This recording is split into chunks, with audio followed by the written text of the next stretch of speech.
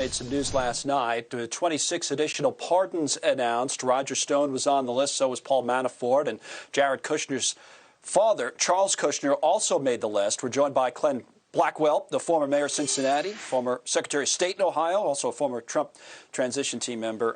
Ken, always good to see you. And when we talk pardons all the time, it's always tough to criticize one president without bringing up another because, you know, everybody remembers the end of the Clinton administration, criticism all over the place for the Mark Rich pardon, and you could make lists on and on.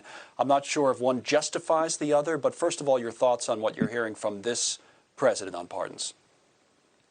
Well, you know, presidents pardon because they can. They do it for reasons associated with justice, compassion, associations, and they leave history to judge them. And so I think this president has probably granted these pardons based on all of the above. And so he knows that history will be the judge, and he's ready to live with that, just as was the case with other presidents in my lifetime, most notably Clinton and Obama, who had decisions that I personally disagreed with, but they did it because they could for the reasons that they chose to do it.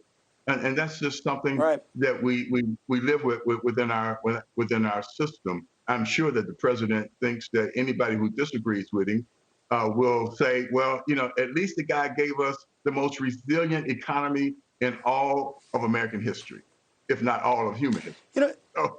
You know what's interesting is that the way you started it, sorry, Ken, to interrupt you, but the way you started it is exactly the right point, is that presidents issue pardons because they can. You know, they didn't have cable news back in George Washington's day, but if you read about it, even that was the first pardon on his way out. He had a pardon that he issued that was controversial. There were pardons after that in the 1800s that were controversial. There were the Nixon pardon, obviously, of President Ford was controversial. I mentioned Mark Rich.